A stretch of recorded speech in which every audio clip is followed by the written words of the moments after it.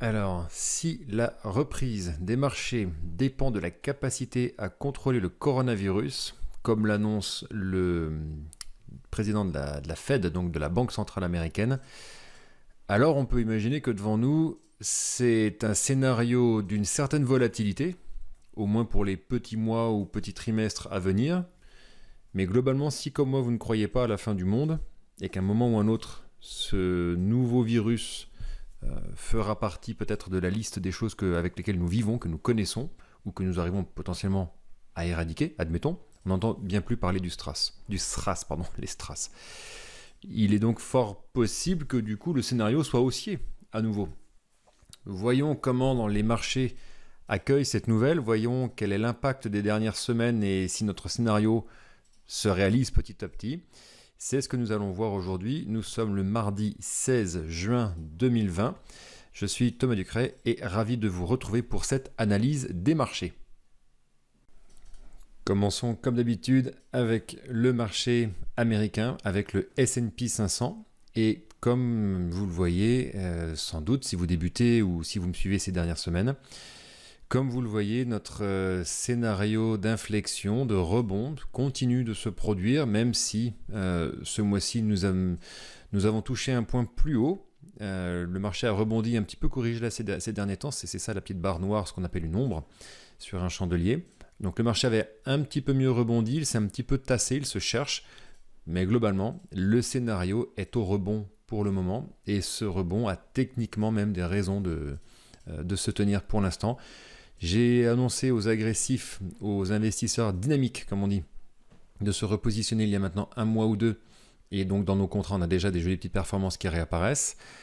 Les profils plus équilibrés, donc c'est moins agressif, un profil plutôt qui attend que les agressifs soient déjà entrés sur le marché.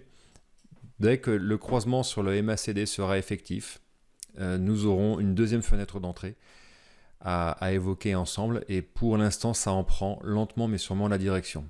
Le raté de ce croisement serait justement à l'inverse un très mauvais signal, un très très mauvais signal, mais étant donné la situation et ce que vient d'annoncer Jérôme Powell, il est fort possible que pour l'instant le scénario du rebond se maintienne, avec de la volatilité, mais se maintienne. Donc on ne va pas y aller en ligne droite, mais il est possible que du coup la hausse dans les trimestres à venir soit la direction que les marchés choisissent au final de prendre. Si nous regardons du côté de l'actif défensif, l'or continue d'être complètement suracheté, mais continue quand même son ascension. L'or a maintenu justement un beau profil, mais a du mal, peine à marquer un nouveau plus haut, ce qui peut être justement corrélé avec un rebond des actions, c'est-à-dire que l'argent arrête de fuir vers les actifs défensifs et pourquoi pas revient un petit peu sur les marchés actions. Bon, il y a quand même un très fort rebond sur les actions. Il n'est pas complètement anormal de vouloir temporiser un petit peu tout ça. Là, on sort d'une zone extrêmement volatile. Donc les actifs défensifs jouent un peu moins le rôle. Vous voyez, ils ont un petit peu moins la faveur des acheteurs. Ils sont toujours présents, la pression est toujours très acheteuse. On le voit ici avec l'indice de force relative. La pression est très acheteuse. Du coup, je pense également trop acheteuse. Donc, pas le moment de se repositionner. L'actif est haut. Attendons qu'il revienne vers des moyennes arithmétiques un petit peu plus basses pour se repositionner vers des actifs défensifs, car il est possible que justement les trimestres à venir soient un petit peu rock'n'roll. Donc il faudra avoir de l'or dans les portefeuilles. Pour ceux qui ont raté le timing, le moment d'achat qui était plutôt début 2019, pour ceux qui ont raté cette entrée, attendez une inflexion pour vous repositionner. Pour l'instant, on est un petit peu trop haut. Regardons du côté du marché immobilier. Le marché immobilier, quant à lui, n'a pas su remonter plus haut que ses moyennes mobiles, ce qui est un très très mauvais signal pour la partie immobilière. Et oui, les marchés ont peur que les sociétés fassent faillite et donc qu'il y ait un défaut de paiement sur les locataires pour les bailleurs, et que du coup cela fasse un peu un effet cascade auprès des différents opérateurs. Et pourtant, on a notre point d'inflexion qui se dessine. Il est en train de se dessiner. Donc les plus agressifs pourraient commencer à vouloir se repositionner, au même titre que sur les marchés actions. Donc le point d'inflexion a mis plus de temps à se dessiner. Peut-être que justement, un petit peu de clarté se dessine lentement, je ne vais pas dire sûrement, mais juste lentement, sur les marchés. Et donc peut-être que ça redonne un peu d'accalmie du côté de l'immobilier. Donc cet immobilier, lequel? De l'immobilier d'entreprise, de l'immobilier de commerce de proximité, de l'immobilier de niche. Donc par exemple les niches comme les typologies d'immobilier dans les nursing en anglais, excusez-moi, je cherche mon mot, les SCPI en France qui sont par exemple spécifiés sur le marché de la santé. Ça reste à définir, c'est le travail du côté plutôt gestion de patrimoine. En tout cas, dans sa globalité, le marché immobilier semble plutôt vouloir marquer son point bas et indiquer que l'issue est plutôt à nouveau vers le nord, à la hausse. Du côté de cet autre actif défensif que sont les obligations à long terme, deuxième mois de baisse consécutive au niveau de mon indicateur de moyenne mobile, le MACD. Le MACD continue de se calmer, les fonds sortent de ces actifs hautement défensifs pour peut-être justement se rediriger vers les actions. Vous voyez qu'il y avait eu un emballement, on s'est éloigné des moyennes mobiles, on est monté, trop monté, et là on revient lentement mais sûrement vers les moyennes arithmétiques. Donc pour l'instant jusqu'ici, quelque part, une accalmie, un apaisement des mouvements de panique et d'un petit peu de folie qu'on a vu ces derniers mois. On revoit les choses, on voit le soufflet un peu retomber.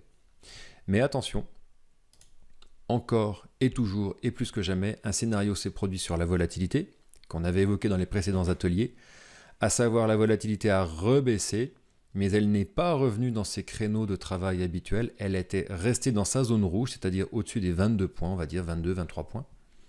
Et donc, dans cette zone rouge, c'est comme quand vous roulez en voiture dans la zone rouge. Que vous soyez sur le haut ou sur le bas de la zone rouge, vous êtes en zone rouge. Fin de l'histoire, le moteur peut casser à tout moment. Et donc, la volatilité a décidé de refaire un bond. On est passé des 26 points qui étaient le point bas du mois de mai. On est passé jusqu'à 44 points récemment, là sur le mois de juin.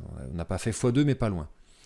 Donc, l'idée est que cette volatilité est toujours très présente, elle est explosive, elle est élevée. Donc, pour l'instant, c'est un marché volatile.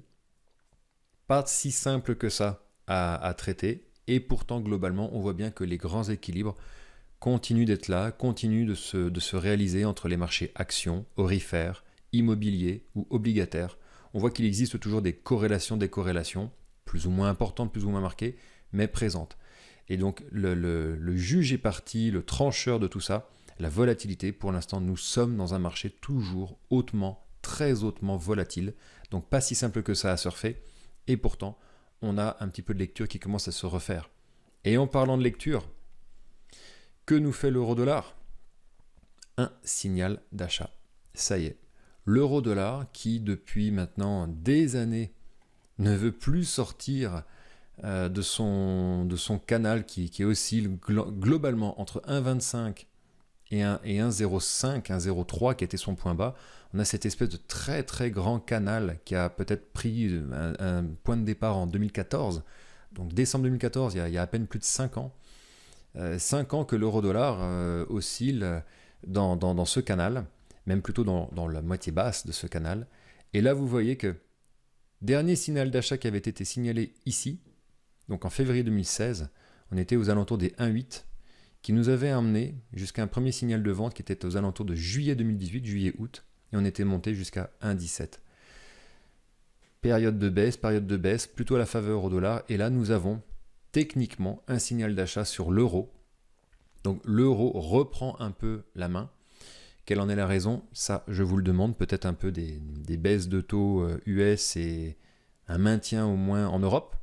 En tout cas, il se passe quelque chose sur la parité euro-dollar à la faveur de l'euro tout à fait récemment, et enfin une news intéressante, il se passe quelque chose.